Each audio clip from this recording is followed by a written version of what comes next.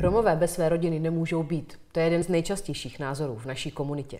O to zajímavější je příběh olašské Romky Marie Brenzové. Její rodiče a sestra žijí už 6 let v Kanadě. Ona se rozhodla zůstat v Praze.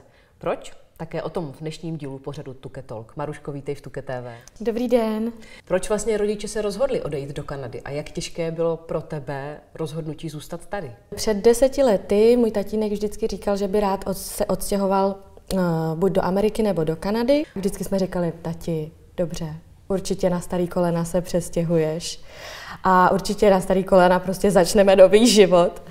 Ale ono se to opravdu stalo. Vlastně my jsme nikdo tomu nevěřili. Ale tím, že vlastně měl tam rodinu, měl tam zázemí, ta rodina mohla všechno připravit vlastně pro nás, zajistit nám bydlení, zajistit práci, tak to bylo jednodušší. Takže vlastně nejdřív tatínek a moje sestra se odstěhovali jako první, vlastně odletěli do Kanady, do Toronta a já s maminkou jsem zůstala tady v Čechách.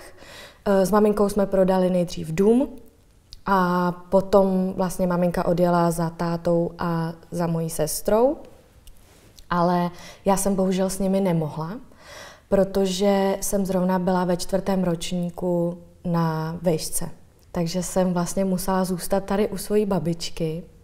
Mám přítele, takže jsem bydlela i u něj a dělala jsem tady státnice, dodělala jsem tu vysokou školu a vzhledem k tomu, že jsme potom koupili byt s mým přítelem, tak vlastně jsme se nastěhovali tady v Praze spolu a v podstatě jsem si tu svoji vlastní rodinu založila v Praze potom sama. Já jsem moc fixovaná na svoji rodinu, takže bylo to něco nepředstavitelného. My Romové samozřejmě máme to pouto k těm rodičům mnohem silnější, takže to pro mě bylo opravdu strašně těžký. Byla to taková stresová situace, ale hodně často tam cestuji, 2krát do roka, většinou na 3 týdny nebo na 14 dní, takže jako i když se mi stýská, tak se to zvládnout dá. A jak to přijali vlastně rodiče, když zjistili, že zůstaneš teda natrvalo v Praze, že si kupujete s partnerem byt? Ze začátku byli z toho opravdu smutní. Vlastně každý den mi volali, jestli bych se nemohla přestěhovat teda do toho Toronta, ale teď už jsou na to zvyklí, myslím, a i když se nám stejská, každý den jsme na telefonu. Ty jsi zmínila, že jsi studovala diplomacii, pracovala jsi taky na egyptské ambasádě, dnes pracuješ ve státní správě, hodně používáš angličtinu. Proč jsi vybrala zahraniční vztahy? Vždycky tě lákalo zahraničí, jazyky, nebo co v tom bylo? Já jsem od malička milovala jazyky. Já jsem vlastně už od 1. třídy se učila anglicky. Potom jsem se vlastně na základce přidala francouzštinu. Samozřejmě nemluvím romsky, olašsky, ale můj tatínek na mě vždycky mluvil olašsky, takže rozumím každý slovo. Učit se jazyky mě strašně bavilo. A já jsem vždycky věděla, že bych chtěla urovnávat vztahy. Ve čtvrťáku jsem si říkala, kam jinam bych já mohla jít, když studuju tolik jazyků, než na mezinárodní vztahy. Takže jsem se přihlásila na VŠE, na diplomacii, ale mě moc nejde matika, takže jsem neudělala přijímací zkoušky na to VŠE, na diplomacii, právě z té matematiky. A v podstatě já jsem vůbec nevěděla, co budu dělat, protože prostě pro mě byla jediná možnost studovat tu diplomaci. Takže jsem byla docela dost z toho zničená. A tehdy jsem vlastně přemýšlela, co se se mnou dál bude dít. A v tu chvíli přišlo slovo 21. Tam jsem se přihlásila právě na francouzštinu a na angličtinu. Měla jsem doučování jako romská studentka. A tam vlastně jsem zjistila, co to je pracovat v neziskové organizaci. Takže jsem měla nejdřív doučování, potom jsem začala romské děti doučovat já a hrozně mě to bavilo. A vlastně Martina Horvátová a Michal Miko mě vtáhli vlastně do romské problematiky. A tam vlastně jsem zjistila, co to je Kamoro, jak fungují projekty, že vlastně existuje Evropská komise, která se zaměřuje vlastně na podporu lidských práv a na podporu minorit. Takže jsem se o to začala hodně zajímat a ten rok jsem strávila tím, že jsem se dál vzdělávala a vlastně chodila do toho slova 21. A poté mi vlastně bylo nabídnuto stipendium na angloamerické vysoké škole, kde jsem vlastně nakonec ty přijímačky po roce z angličtiny udělala a začala jsem studovat tam mezinárodní vztahy a diplomacii. A dneska opravdu díky Bohu za to, že by to ten osud takhle připravil, protože bez té angličtiny opravdu se člověk jako v dnešní době neobejde.